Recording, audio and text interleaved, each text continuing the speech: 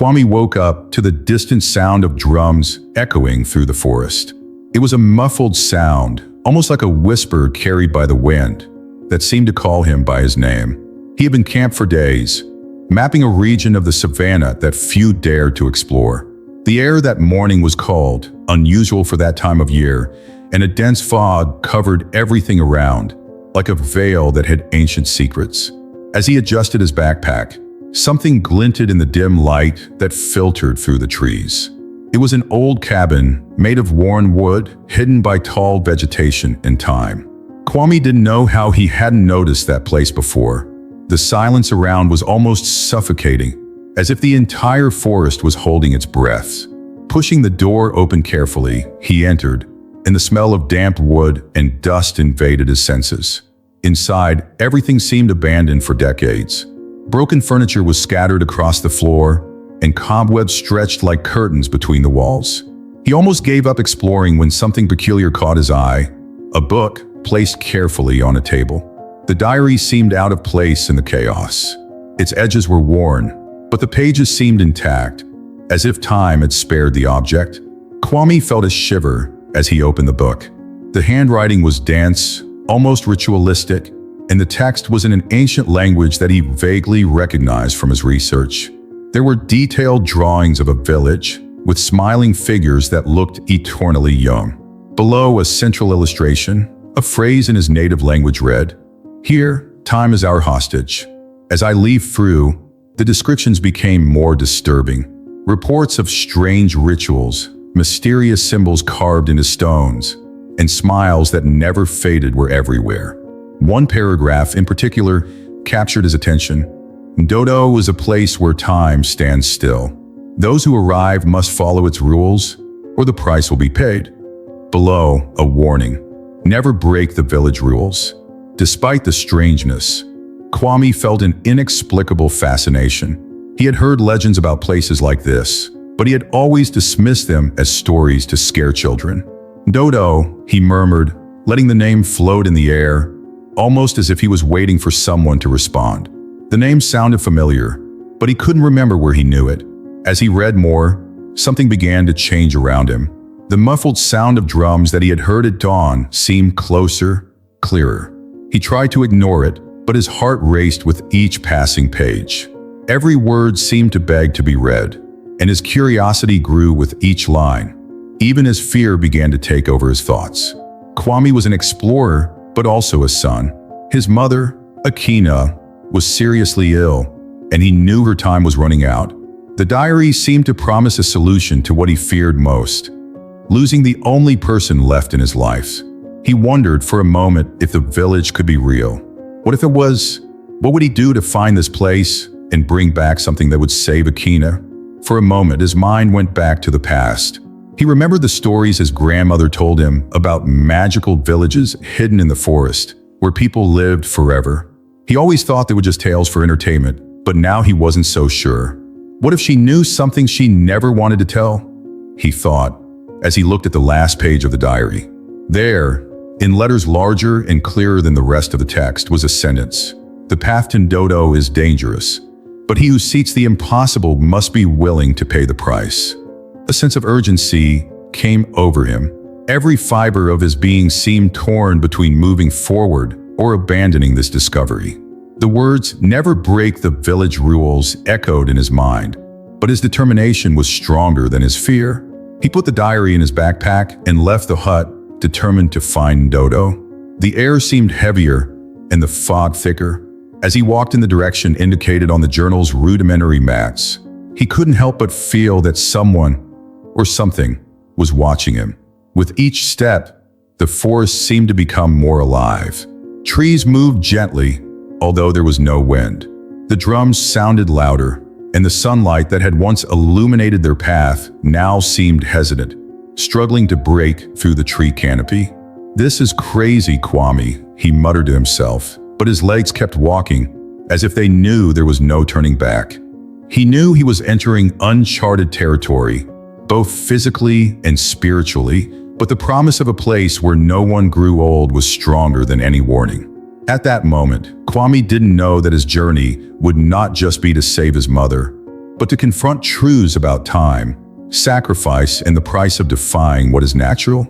Dodo seemed to be waiting for him, and he was determined to discover the secrets the village hid, even if it meant facing what he never thought possible. Kwame sat on the edge of the small river that crossed his village, watching the crystal-clear waters gently glide over the rocks. His mind, however, was far from there, weighed down by the weight of a responsibility that he felt growing every day. Akina, his mother, lying in the hut they both called home, looked increasingly fragile. Her cough was a constant reminder that time was running out.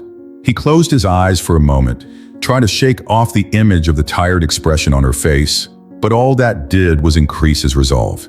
Since he was little, Kwame listened to the village elders tell stories about magical places spread across Africa. Some were havens of healing, others hiding places from unspeakable dangers. Among all the stories, one in particular always caught his attention: the legend of Ndodo, the village where time stopped. It was a tale that elders told cautiously, warning of the cost of defying natural laws. Back then, Kwame listened to the stories with the innocent fascination of a child, but now, with the diary in hand, the legend seemed to take on a new dimension. Akina had been a strength that sustained Kwame after his father's death. She was more than her mother. She was an advisor, friend, and inspiration. He remembered the nights when she told him stories around the campfire, her voice firm but full of tenderness. The world is full of mysteries, Kwame. Some teach us, some test us, and some simply exist to remind us that we are mortal, she said. Now, seeing his strength drain away like water between his fingers made him feel a despair he had never experienced before. When Kwame shared his plans with Zola, his childhood friend, her reaction was pure amazement. "You can't be serious, Kwame," she exclaimed, her wide eyes full of worry. Zola was practical, down to earth, and had no patience for legends or superstitions. "These stories are just that, stories. Do you really think you'll find a village where no one grows old? And even if you do, you know what they say, no one ever comes back the same," she continued, crossing her arms as she looked at him with the intensity of those who wanted to convince him to give up. Kwame, however, was unfazed. "Zola, my mother is dying. If there is a chance, however small, that I can save her, how can I ignore it? I'm not going to just sit by and watch her disappear when maybe there is something I can do."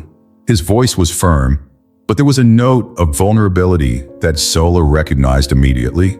She knew how much Akina meant to him, but she also knew that the stories about Ndodo were not simple tales. They were warnings. "Kwame, I understand how you feel, but what if these stories are true? What if the price of saving your mother is something you are not prepared to pay?" Zola paused, choosing his words carefully. "I care about you. I care about what you might lose in this quest." Kwame looked away, staring at the horizon as if he could find the answers he was looking for there. He knew Zola was right to worry, but the fear of losing his mother outweighed any warnings.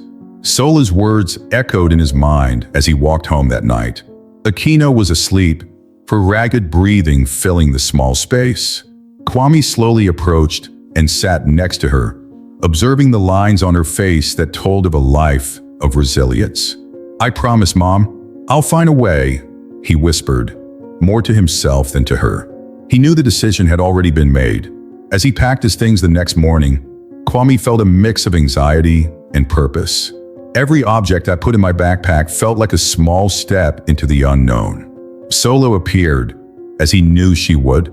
"If you're really going to do this, at least take this," she said, handing him a small wooden amulet. "The elders say it protects against evil spirits. I don't know if I believe it, but I don't want to take the risk either." Kwame accepted the gift with a grateful smile, but Zola saw the determination in his eyes and knew that nothing would change his mind. The farewell was brief, but full of meaning. "Come back in one piece, Kwame," Zola said, his voice thick with restrained emotion.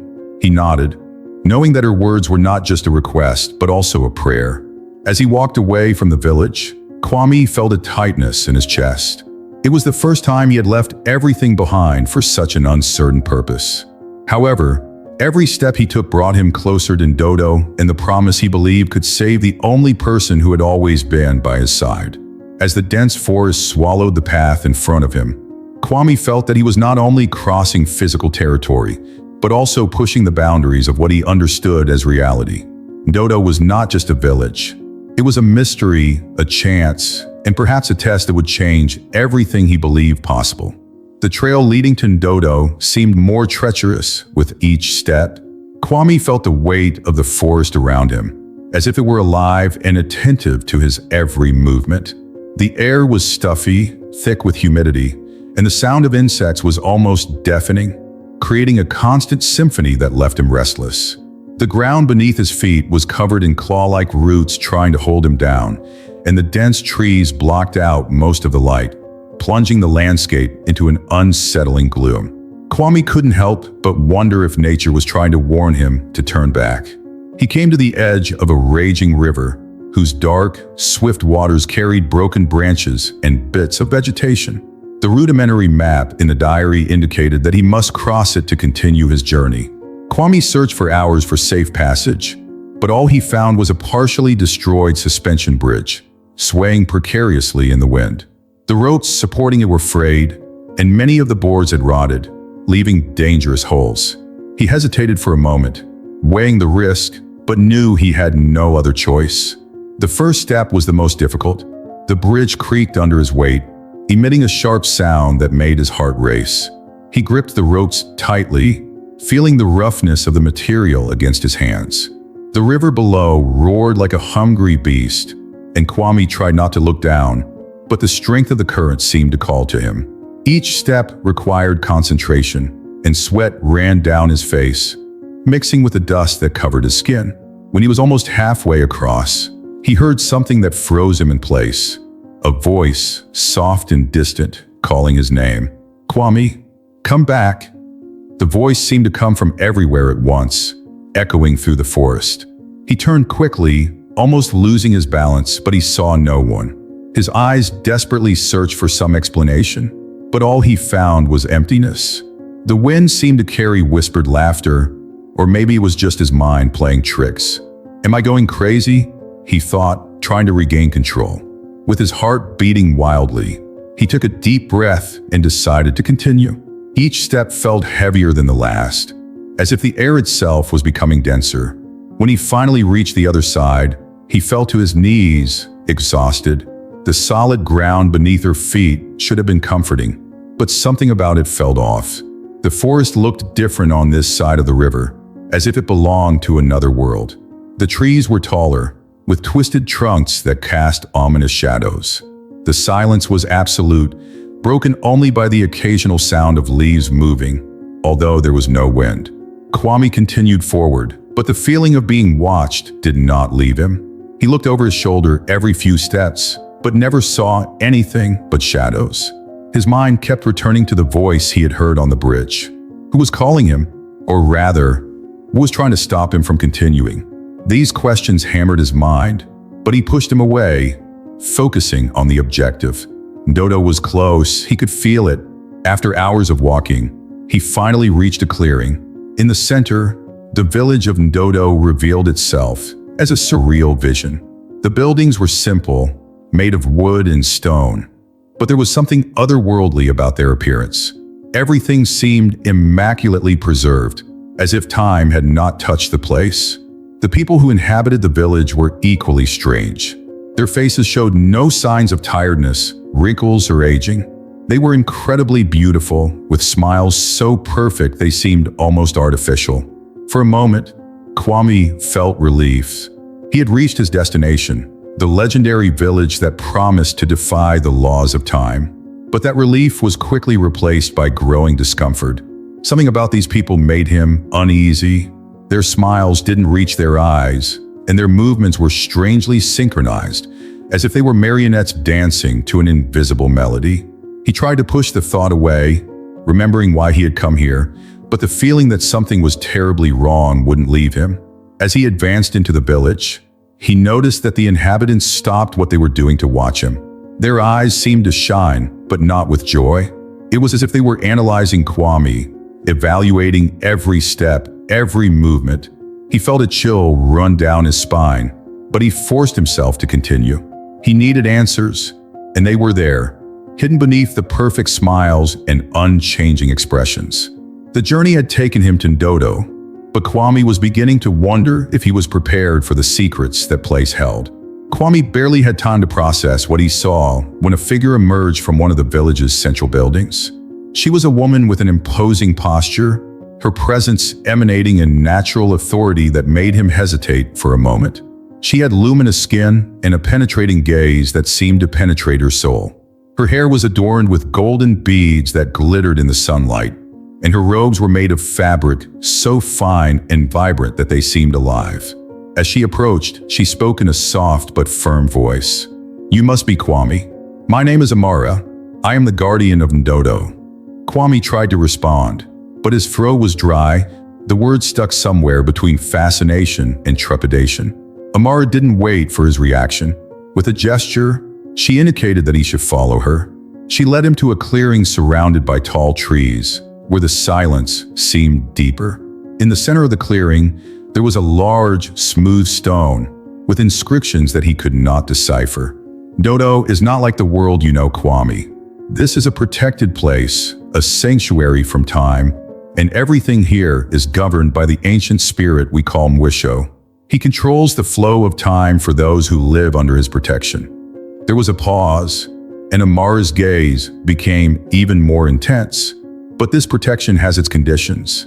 The rules are simple. Never leave Ndodo once you enter. Never question the spirit. And, above all, never try to take the gift of immortality out of here. Her tone was calm, but carried a gravity that made Kwame swallow hard. He knew those words weren't just a warning.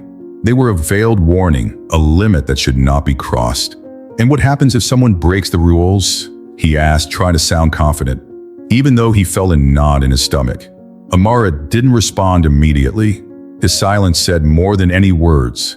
Finally, she spoke, but her words were cryptic. "Those who defy Mwisho pay the highest price. Time, Kwame, is not an enemy that can be fooled."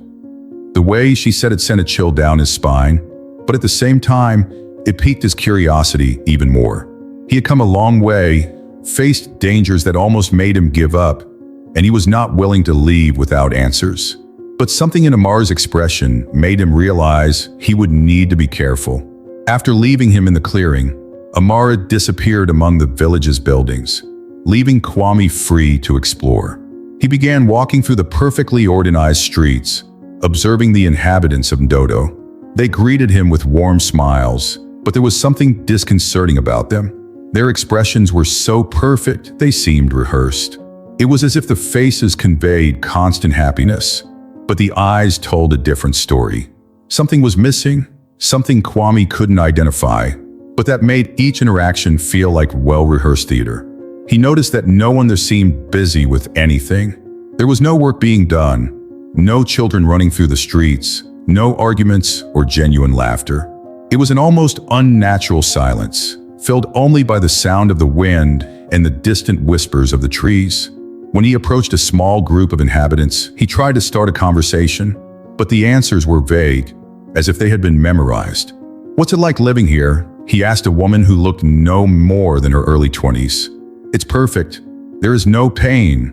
There is no suffering. Just now, forever." Her words were serene, but her eyes seemed sad, almost begging for something Kwame couldn't understand. He continued his walk, tried to find something that would explain the strangeness he felt. Then his eyes caught an unsettling detail. There was a large mirror leaning against one of the buildings, and he noticed that the inhabitants avoided going near it. When Kwame got closer, he noticed that people's reflections in the mirror were different. Their faces, so perfect in reality, were distorted in the reflection, as if revealing something dark and contorted that time had hidden. He took a step back, feeling a chill run down his spine. The idea that immortality in Ndodo had a cost began to form in his mind. The perfect smiles and empty eyes, the absence of genuine emotion, all seemed to indicate that something vital had been lost. But what exactly? And more importantly, what was Mwisho's role in all of this? He knew he couldn't ask these questions openly. Something told him that Ndodo's secrets would not be revealed easily, and that any false step could cost him dearly. As he continued exploring, Kwame felt like he was being watched. not by the inhabitants, but by something bigger, something invisible, that seemed to move with him, following his every step. The feeling was oppressive, but he knew he couldn't stop. Dodo was full of secrets, and he was determined to discover the truth, even if it meant defying Amar's warnings. Kwame, determined to understand the secrets surrounding Dodo, followed his intuition to the heart of the village. With each step, the air felt heavier, almost suffocating, as if something invisible was trying to stop him. He walked along a narrow path lined with trees that twisted as if they were hands raised to the sky. The silence around him was unsettling, broken only by the sound of his own footsteps and the rustle of leaves beneath his feet. Finally, he found what seemed to be the center of the entire village, an ancient temple carved from black stone, with symbols that glowed dimly in the pale light. The structure was imposing and at the same time intimidating. Kwame felt a shiver as he touched the solid wooden gates, which opened with a deep, resonant sound. The inside of the temple was cold, and the air had a strange smell, a mixture of burnt incense and something metallic like dried blood. In the center of the main hall, illuminated by a light that seemed to emanate from nowhere, was an urn. It was a magnificent and frightening piece at the same time, covered in inscriptions that Kwame could not decipher, but which seemed to pulse with an energy of their own. He approached cautiously, eyes fixed on the object, trying to ignore the feeling that something was watching him from the shadows. As he studied the urn, pieces of the puzzle began to form in his mind. He remembered Amara's words about the Mwisho spirit and the village's rules. This wasn't just a legend, it was real. The inscriptions on the urn, although indecipherable, seemed to tell a story, a bargain made long ago. Kwame understood, with a clarity that left him stunned, that Ndodo's immortality was not a gift, but a dark pact. Each year, a sacrifice had to be made. A life was needed to feed Mwisho and keep the village out of the reach of time. Before he could fully process what he had discovered, Kwame heard footsteps behind him. He turned quickly and saw Amara standing at the entrance to the temple, her expression grave but calm. "Now you know, Kwame, nothing on Dodo is free. Balance needs to be maintained, and price is one's essence. This year, you'll be the sacrifice." Her words were spoken with a matter-of-factness that made him shudder. "You crossed the bridge, Kwame." In doing so, he accepted the call. Mwisho has already marked him. There is no escape. Kwame felt panic rising in his chest, but tried to maintain his composure. "That's not right. Do you sacrifice people to maintain this cruel game with time? And you expect me to accept that?" Amara remained calm, but there was a sadness in her eyes. "It's not a game, Kwame. It's the only way. Without Mwisho, we would all die here. Time would catch up with us, and everything would fall apart. You don't understand what's at stake." But Kwame didn't want to hear it. "I didn't come here to die. I will not accept this." Amara sighed, and for a moment, she looked vulnerable. "Do you think we have a choice? Everyone here has already paid the price in some way. You don't understand now, but you will." Before he could respond, a sound echoed through the temple. It was low at first, but it grew louder, like a distant roar approaching. Amara stepped back, and Kwame saw the inhabitants of Ndodo enter the temple, their faces still smiling, but now distorted in a grotesque way. They slowly advanced, and Kwame realized that they were no longer human. His movements were stiff, almost mechanical, and his eyes shone with a cold light, devoid of life. What he had interpreted as perfection now seemed like a mask, hiding something terrible. He knew he needed to act. The words in the diary came back to him. "Destroy the bond, and time will flow again." It was the only clue I had. As the inhabitants approached, Kwame ran to the ballot box. His hands shook, but he grabbed the object and lifted it, feeling a weight that seemed heavier than its size suggested. The symbols glowed brightly, and a screeching sound filled the temple. Amara screamed, but her words were lost in the chaos. Kwame gathered all his strength and threw the urn against the ground. It shattered into pieces, and the sound that followed was deafening, like thunder that reverberated in all directions. The moment the urn broke, everything changed. The inhabitants of Ndodo stopped in place, their bodies shaking as the smiles disappeared from their faces. It was as if the mask they wore had been ripped away, revealing the pain and despair they had hidden for so long. The light emanating from the temple began to fade, and Kwame felt the ground beneath his feet shake. The Mwisho spirit had not just kept time still. He was the anchor that kept Ndodo upright. And now, that anchor had been destroyed. Kwame knew he couldn't stay. He ran out of the temple as everything around him began to crumble. Buildings were breaking, and the sound of voices echoed everywhere, a chorus of screams and wails that seemed to come from another world. Despite the chaos, Kwame felt a strange calm. He had broken the cycle. The price of immortality had been revealed, and he knew he couldn't let it continue. Still, he had no idea what awaited him outside of Ndodo. A powerful wind swept Ndodo the instant the urn was destroyed, as if time, previously contained and submissive, exploded in anger, reclaiming lost dominance. Buildings that once seemed immutable began to crack, the stones giving way under the weight of ignored ages. The trees around the village shook violently, their twisted branches swaying as if they were arms raised in despair. The inhabitants of Ndodo, who previously wore impeccable smiles, now screamed as their bodies underwent an accelerated transformation. Deep wrinkles appeared on their faces, and their once perfect silhouettes bowed under the weight of an entire life that seemed to be taken at once. Kwame watched the scene in shock, his heart heavy with the responsibility of what he had done. He knew that breaking the urn would have consequences, but he didn't imagine the immediate and visceral impact. The screams echoed throughout the village, mixed with desperate cries and whispers. Some inhabitants fell to their knees, clutching their faces in despair as they felt their strength leave them. Others just stood still, staring into space, as if trying to accept what was happening. The perfection they had longed for now revealed its dark cost, a price that Kwame was beginning to understand with frightening clarity. Among the screams, a figure stood out. Amara, who previously carried immortal beauty in an imposing posture, now looked like an elderly woman. Her once shiny and ornate hair was bleached, and her hands shook slightly as she leaned on a makeshift cane. But his eyes, unlike the others, didn't just reflect fear or despair. They carried a deep weight, a sadness that seemed to span centuries. She looked at Kwame and, with a heavy sigh, said, "Maybe this is what we should have chosen from the beginning, to live rather than simply exist." His voice, although weak, still conveyed the dignity of someone who had finally understood the true meaning of his choice. Kwame, even taken by a whirlwind of emotions, knew he couldn't stay there.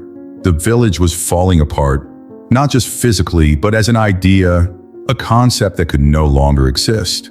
He ran, feeling the ground shake beneath his feet, as the strong wind whipped his face and ripped away the last memories of Ndodo. The Mwisho spirit, now freed from its bond, seemed to manifest itself in every corner, like an invisible force that reclaimed everything the village had taken from time. Kwame felt the urgency in each step, knowing that if he didn't leave soon, he could be consumed along with this place. When he finally crossed the edge of the village, a profound silence enveloped him. He stopped, panting, and looked back. Where Ndodo once was, now there was just an empty clearing, covered in mist and surrounded by trees that seemed taller, more imposing, like guardians of a secret that would never be revealed again. Kwame felt a mix of relief and regret.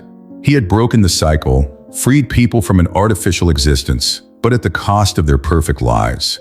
He wondered if he would ever be able to fully understand the impact of his actions. The way back to his village seemed longer than before, but Kwame used this time to reflect. He thought about his mother, Akina, and what it really meant to save her. Throughout her journey, he had believed that immortality was the answer, a way to protect her from the inevitable. But now I understood that the value of life was not in its length, but in what was done with the time we had.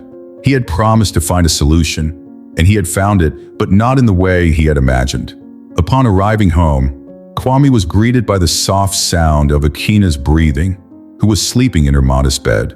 He approached slowly, feeling a wave of emotions wash over him. Her expression was serene, as if she knew her son was back, bringing with him something more precious than any physical gift. Kwame sat next to her, holding her hand gently. When Akina opened her eyes, she smiled, that familiar smile that had always made him feel like everything would be okay. "You're back," she said, her voice weak but full of love. Kwame smiled back, feeling tears run down his face. "Yes, Mom, and I'm here to stay." In the days that followed, Kwame dedicated every moment to his mother's side. He told stories, listened to their memories, and shared laughter that seemed to heal parts of his soul he didn't even know were hurt. Akina, even aware that her time was running out, seemed more alive than ever. In one of these conversations, she held Kwame's hand harder and said, "Living one day with love is worth more than an empty eternity." Kwame knew that these words would be with him forever, a reminder that the true gift he could offer was not immortality, but time, filled with love and meaning. If you enjoyed this video, please help us grow by subscribing to this humble channel. And if you'd like to watch more videos like this, we prepared the next video especially for you. Click here to watch.